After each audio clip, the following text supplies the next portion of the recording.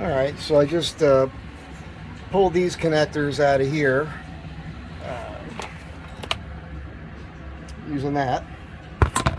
And now I just wanted to show this, and then we'll see what I have to do with it, because I think that might be the majority of my noise. And then further in here, there's this blue wire, and that right there, vehicle's running, that's my sound right there or right here.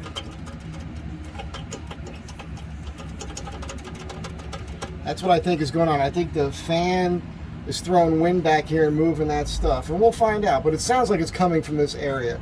I believe this is the ABS sensor. That is out of alignment. I don't know if that's important, but that's what's happening. So I clipped that zip tie, and I'm looking, and look at this rubber here. I was gonna put some electrical tape around it, but it's a good thing I'm looking at this. Look at that. That's just from rubbing. You really got to check this stuff out, because you can end up with all kinds of weird issues, and all it is a short because the insulation or the protection, the wire loom has rubbed free. This is coming off this first oxygen sensor here. The light I'm using, I saw this on Amazon, but I actually bought it at Harbor Freight. It's kind of cool because you can rotate this head so it's vertical, or it's at 90. And it's got a magnet on it. Kind of like that. Anyhow, let's put that up there. Look at that, that's even better. So, you know, just again, inspect your vehicle, all that good stuff. I'm going to wrap some electrical tape around this. Just want to document this. So there's a slight drip hanging here, and over here. I talked to the guys over at Hooper's, and yeah, they're not happy. And he's like, "Oh, I'll get a seal, but I can't do anything in your transfer case." You know, I want them to fix it. If it's just a seal, it's fine, but that would just be leaking here, I think. So I don't know what's going on. I'm not happy, but if I have to pull all this off and clean it up and put new gasket sealer and a gasket and everything else, then I'll do that. And that's just what has to happen. I'm hoping they can get it right, because I'm a little tired of thinking about it and screwing with it, right? Anyhow, back to this.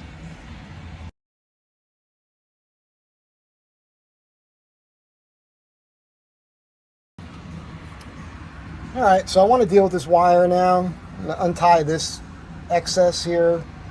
I've got some air line that I took off the rear when I got rid of the air shocks. I sliced this down the whole length of it with a razor knife. Inside diameter, looks like I can get that wire in it. That's a kooky thing to do. Most of you guys would run out and buy wire loom. I just don't feel like it. I got this here now, and that's saving time and money, gas and everything. So I'm going to work on that, so I'm going to get it done. I put this thing over here that was on the outside. I put it on the inside, and I just poked that through. But I'll deal with that a little bit better. At least that's better connected, and the other end of it's up out of the way. As far as this leaking thing goes, I'm pretty aggravated. I've talked to a few people already today on this, and there's a little drip here and there's a little drip there, and it's here. And you know, he said over there at Hooper's, they said that they were gonna get me a new seal. You know, just it's like he's trying to placate me, you know, based on what I was telling him, but he doesn't really want to listen to me. He's like, I don't do anything with transfer cases. Like, transfer case is fine, dude. Something happened. By the way, this is the same guy that put the worn out CV axle back in the truck, which shouldn't have happened. So why do you think he did this right?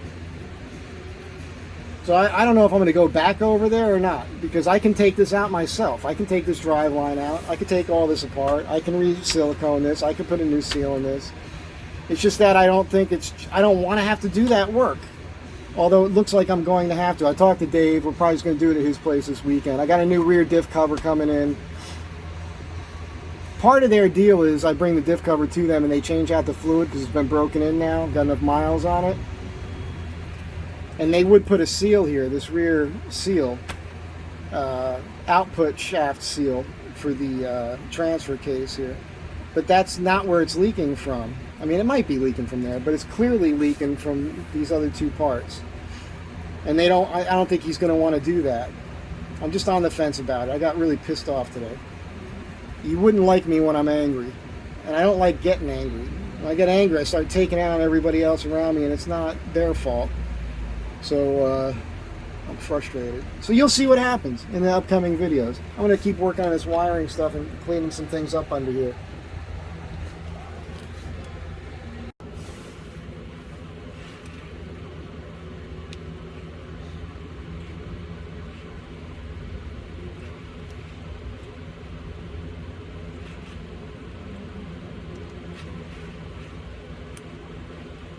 I should be able to make that work.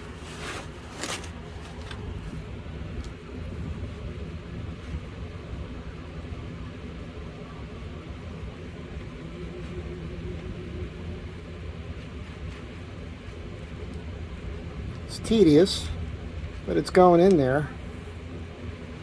And you know, this is interesting, you know, making your own wiring loom from hard plastic airline. I hope this is, maybe we'll get this on camera. But that looks like to me like it's going to work, so stay tuned. Alright, so I got the wire loom that up off the transmission just by taping it up real well. I might try to zip tie it up here just to hold things up. You see that red? That's that airline that I turned into a wire loom for that one wire coming off the, it's going right down here. Tape that up. And tidied all this stuff up in here and taped those wires up just for the heck of it. And I think I'm done for here. I think I'm going to go do the sway bar links right now just for the heck of it. I got some longer ones, so maybe you'll see that in a different video, but I guess this is it for now.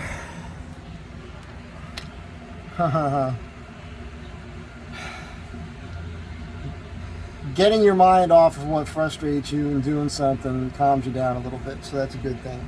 I'll catch you guys next time.